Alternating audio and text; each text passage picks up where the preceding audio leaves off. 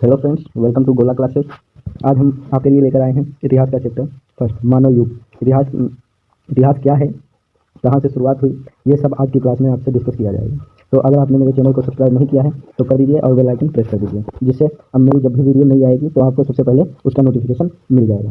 चलिए आइए देखते हैं हिस्ट्री के बारे में कुछ। मानव युग देखते हैं। पहले देखते हैं इतिहास क्या होता है। इतिहास इति प्लस हास। इतिहास होता क्या है?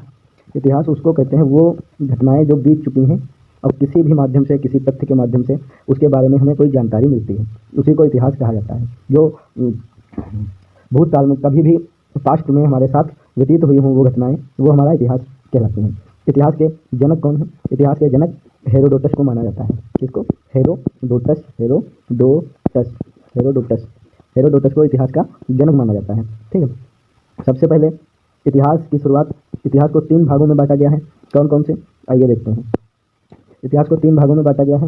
एक है हमारा प्रागैतिहासिक काल, एक है प्रागैतिहासिक काल, एक अद्यैतिहासिक काल और एक ऐतिहासिक काल होता है। तो प्रागैतिहासिक काल क्या होता है वो देखते हैं। प्रागैतिहासिक काल मतलब ऐसा इतिहास, प्रागैतिहासिक काल ऐसा इतिहास ना लिखा गया और ना पढ़ा गया। मतलब जब लिखा नहीं गया है तो पढ़ा तो जाएगा ही नहीं। तो प्रागैतिहासिक काल क्या होता है?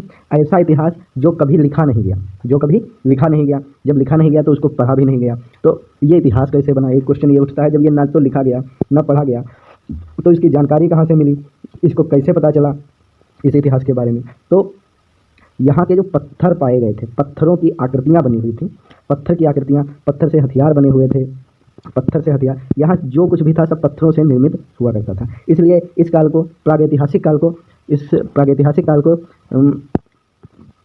पत्थर निर्मित काल या पाषाण काल भी कहा गया। प्रागैतिहासिक काल को पत्थर निर्मित काल या पाषाण काल कहा गया। इतनी बात समझ में आई? पत्थर निर्मित काल या पाषाण काल कहा गया। अब पाषाण काल को भी 3 भागों में बांटा गया। 3 भाग कौन कौन से हैं? पूरा पाषाण काल, मध्य पाषाण काल और एक हमारा है नव पाषाण काल। पूरा पाषाण काल, मध्य पाषाण काल और पूरा पाषाण काल। तो ये पूरा पाषाण काल, एक पूरा पाषाण काल, ठीक है, एक मध्य पाषाण काल और एक नव पाषाण काल। मतलब प्रागैतिहासिक काल ऐसा समय जिसके बारे में ना तो हमें कोई लिखित सामग्री मिली है, ना तो कोई ऐसा तथ्य मिला है, ना कोई अभिलेख मिले हैं जिससे हम इस काल के बारे में पता कर सकें। ठीक, लेकिन पत्थरों से निर्मित वस्तुओं का प्राप्त हुई हैं, हथियार मिले हैं, जिससे यह पता चल सका है कि इस काल में मानव जो था वो पत्थरों से निर्मित वस्तुओं का प्रयोग करता था। ठीक है, इसलिए इसको क्या कहा गया? पाषाण काल भी या पत्थर निर्मित काल भी कहा जाने लगा। अब पाषाण काल को भी 3 भागों में बांट दिया गया। पूरा पाषाण काल, मध्य पाषाण काल और नव पाषाण काल। ठीक है। अब प्रागैतिहासिक काल, ये देखिए कुछ नोट्स है, देखते हैं। प्रागैतिहासिक काल क्या होता है? प्रागैतिहासिक काल जिन घटनाओं का कोई लिखित विवरण नहीं, उन्हें प्रागैतिहासिक काल कहा जाता है। प्रागैतिहासिक काल को 3 भागों में बांटा गया है। पूरा पाषाण काल, मध्य पाषाण काल और नव पाषाण काल। ठीक है। अब पूरा पाषाण काल क्या होता है वो देखते हैं। जिन काल के मानव को अखेटक, मतलब पूरा पाषाण काल जो था, इस काल के मानव को अखेटक कहा जाता है। इस काल के मानव के शरीर पर बड़े बड़े बाल होते थे। मतलब पूरा पाषाण काल जो था, पूरा पाषाण काल में मानव, इसको ही आदि मानव कहा जाता था। आदि मानव कहा जाता था। ठीक है, आदि मानव। तो इसके शरीर पर बहुत बड़े बड़े बाल होते थे। ये अपना मतलब खाना खाने के लिए, जो भी इसको भूख लगती थी तो ये शिकार करते थे, कच्चा मांस खाया करते थे। इसलिए इसको अखेटक मतलब शिकारी होता है, अखेटक भी कहा जाता था। और ये मतलब जंगलों में रहते थे, तो जब इनको इतना नहीं पता था कि भोजन हमें बना के खाना है, तो इनको कपड़े के बारे में जानकारी कैसे होगी? तो स्वाभाविक है ये नग्न अवस्था में रहते थे। कैसे रहते थे? ये नग्न अवस्था में रहते थे। इस काल में आग का आविष्कार हुआ। मतलब कभी ऐसा हुआ कि जंगल में एक बार आग लगी, जंगल के जानवर जो थे वो जल गए। ठीक है, जो जानवर जल गए, ये उनको, जब इनको भूख लगी, ये ढूंढे, वो मिले। ठीक, तो इन्होंने क्या देखा, उसको जब खाया तो ये कच्चे मांस से ज़्यादा उसमें इनको ज़्यादा टेस्ट आया कि ये जल गया था। इसको जब खाए हैं तो इनको उससे ज़्यादा टेस्ट आया। तो इन्होंने आग का आविष्कार किया। मतलब पत्थर लड़ा के इन्होंने पत्थर फेंका करते थे। एक ऐसी घटना थी जैसे एक शिकार किया इन्होंने, शिकार के पीछे भाग रहे थे, ठीक है, हिरन के पीछे भाग रहे थे शिकार के लिए। इन्होंने पत्थर के हथियार हुआ करते थे, इन्होंने फेंका, उसको फेंक के जब वो हिरन जो था वो भाग गया। हिरन जब भाग गया, एक बीच में एक पत्थर पड़ा हुआ था पहाड़ टाइप में, उस पर जब लगा जाके, इनका भाला होगा कुछ भी होगा, वो लगा जाके, जब लगा तो उसमें से आग निकली। तो इनको पता चला कि अगर पत्थर से पत्थर को लड़ाया जाएगा तो उसमें से आग उत्पन्न हो जाएगी। तो इस टाइप से इन्होंने आग का आविष्कार किया। और फिर ये कच्चा मांस ना खाकर इनको टेस्ट आया था, ठीक है, तो कच्चा मांस ना खा करके इन्होंने आग बना ली, पत्थरों को टकरा के, ठीक है, आग बनाकर इन्होंने जो है अब भुजा मांस खाने लगे थे। तो इन्होंने पूरा पाषाण काल में क्या सीखा था, इन्होंने आग का आविष्कार, यही एक इंपॉर्टेंट क्वेश्चन है, पूछा जाता है कि आग का आविष्कार किस काल में हुआ था। तो आंसर क्या होगा हमारा, पूरा पाषाण काल में आग का आविष्कार हुआ था, ठीक है, आग का। फिर मध्य पाषाण काल में, इस काल में मानव को संग्रहकर्ता कहा जाता था। मतलब जब मध्यकाल आया, मध्यकाल में क्या हुआ, अब ये भुंजा खाने लगे थे, फिर इनको प्यास लगती थी, तो ये प्यास जंगलों में भटका करते थे, कहीं 10 किलोमीटर 20 किलोमीटर पे इनको पानी मिलता था, ठीक है। जब पानी मिलता था तो ये गए तालाब, ये तालाब है, तालाब में गए, पिया है। अब जब वापस आते थे जंगल की तरफ, तब तक क्या होता था, इनको फिर से प्यास लग जाती थी। अब इनको इतना नहीं मालूम था कि हम पानी संचय करते हैं, मतलब संग्रह कर लेते हैं, रख लेते हैं। और एक ये भी था कि ये आज मारे जानवर को, उसको खाए, फिर उसको फेंक दिए, ठीक है।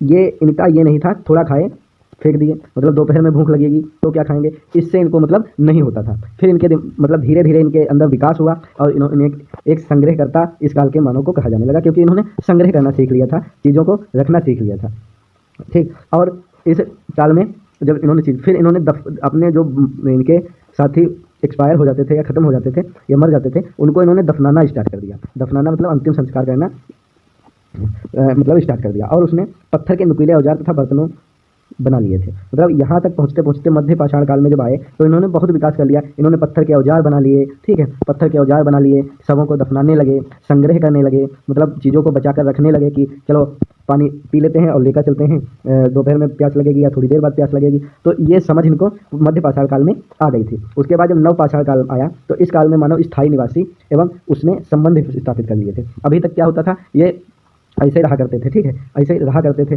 अब इन्होंने क्या किया, अब इन्होंने संबंध स्थापित कर लिया कि शादी करने लगे, ठीक है, परिवार बनाने लगे। उसके बाद ये स्थायी निवासी एक जगह पर रहने लगे। वैसे ये जंगलों में भटका करते थे, कहीं आज यहाँ हैं, कल यहाँ हैं, कल यहाँ हैं, कल यहाँ हैं। अब ये एक जगह पर स्थायी एक समूह बनाए, कबीला टाइप में, वहाँ सब रहने लगे, ठीक है, इस कबीले में सब रहने लगे। तो यहाँ तक नव पाषाण काल में ये आए, फिर ये झुंड बनाकर सब लोग रहने लगे, झुंड बनाकर रहते थे, ठीक है।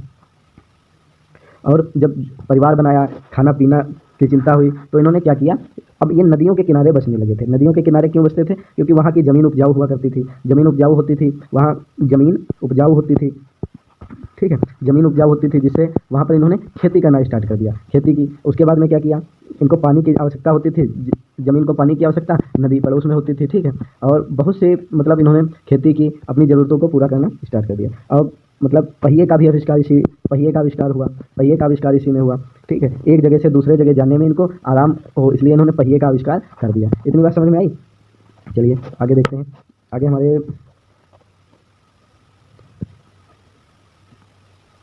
और इस काल के अंत में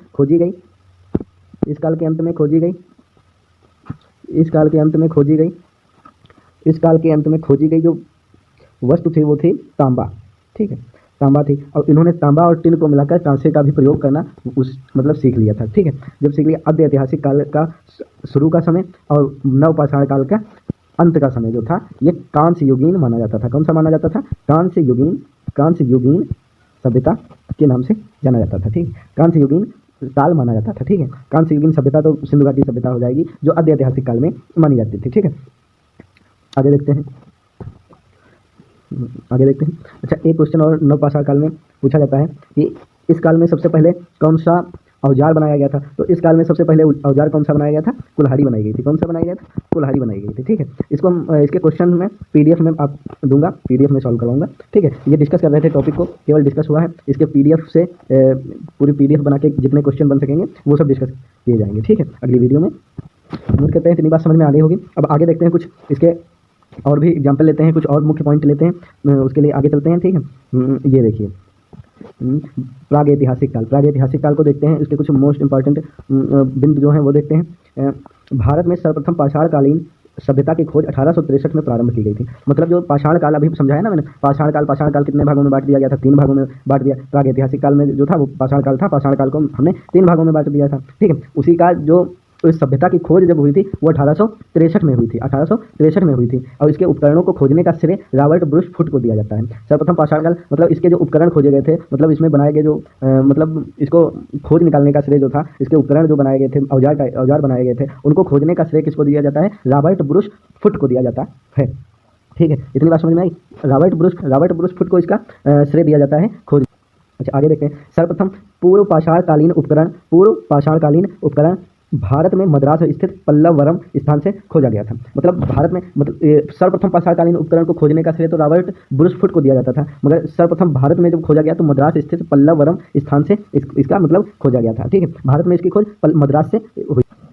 अभी मैंने बताया अखेटक और पशुपालन का सर्वप्रथम मध्यकालीन, मतलब शिकारी और जो था अखेटक था, उसके बाद में ये पशुपालन हो गया, अखेटक था, उसके बाद इसने पशुपालना चालू किया, फिर इसने क्या किया? खेती करना भी चालू किया। तो वही बात आगे लिखी हुई है। उच्च पुरा पाषाण काल संस्कृति को फलकों की प्रधानता के कारण फलक संस्कृति, इसको जो है मतलब फलक के कारण इसको फलक संस्कृति भी कहा जाता था। आदि मानव ने सर्वप्रथम सीखा था आग जलाना, आदि मानव ने ही आग जलाना सीखा था। कैसे सीखा था वो अभी हम डिस्कस कर चुके हैं, ठीक है। आग का आविष्कार अभी बता चुके हैं, पूरा पाषाण काल में हुआ था। सबसे पहले इन्होंने आग जलाना ही सीखा था। उसके बाद पहिए का आविष्कार हुआ और सबसे पहले इनका पालतू बनाया गया था। कौन सा पशु पालतू बनाया गया था? इनका कुत्ता। इन्होंने सबसे पहले किसको पाला था? कुत्ते को पाला गया। इन्होंने अपना सबसे पहले पालतू पशु कुत्ते को बनाया, ठीक है। आगे देखते हैं।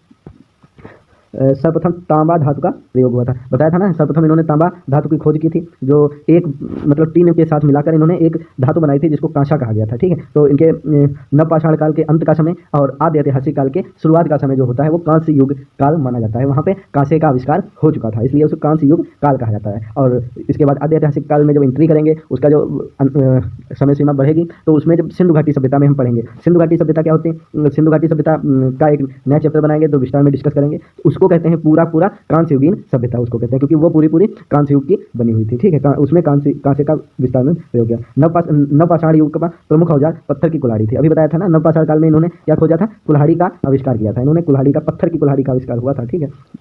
अब पूरा पाषाण काल ये कालीन संस्कृति, वहाँ पे संस्कृति कौन कौन सी थी, उसकी विशेषता क्या थी? तो निम्न पूरा पाषाण काल जो था उसमें चापर, चौपिक, पेपुल और हैंडेक्सन संस्कृति होती थी। ये मध्य पूर्व पाषाण काल स्क्रेपर और उच्च पूरा पाषाण काल ब्लेड और ब्यूरिन संस्कृति होती थी। मध्य पाषाण काल में माइक्रोलिथ सभ्यता होती थी। मध्य पाषाण काल की जो ये माइक्रोलिथ सभ्यता होती थी, ये बहुत इंपॉर्टेंट है, ये कई बार पूछी जा चुकी है। माइक्रोलिथ सभ्यता, ठीक है। उसके बाद वे नव पाषाण काल में चमकदार पालिश की सभ्यता, ठीक है। इतना याद कर लेंगे, ठीक है दोस्तों। आज के लिए बस इतना ही। इसके मैं PDF बना के इसके क्वेश्चंस को सॉल्व करवाऊंगा अगली वीडियो में। कम से कम 50 क्वेश्चन इसके लेकर आएंगे, ठीक है। इसके सिंधु घाटी सभ्यता जब हो जाएगी तो दोनों के मिला के लगभग 100 क्वेश्चन सॉल्व करवाऊंगा, ठीक है। उसकी एक अलग से वीडियो डालेंगे जिसमें क्वेश्चन सॉल्व करेंगे, हर क्वेश्चन के बारे में उसका विस्तार में डिस्कस किया जाएगा, ठीक है। तो अगर मेरे चैनल को आपने सब्सक्राइब नहीं किया है तो सबसे पहले सब्सक्राइब कर दीजिए और बेल आइकन को प्रेस कर दीजिए, जिससे मेरी वीडियो आपको सबसे पहले मिल सके और आप अपनी तैयारी जारी रख सकें।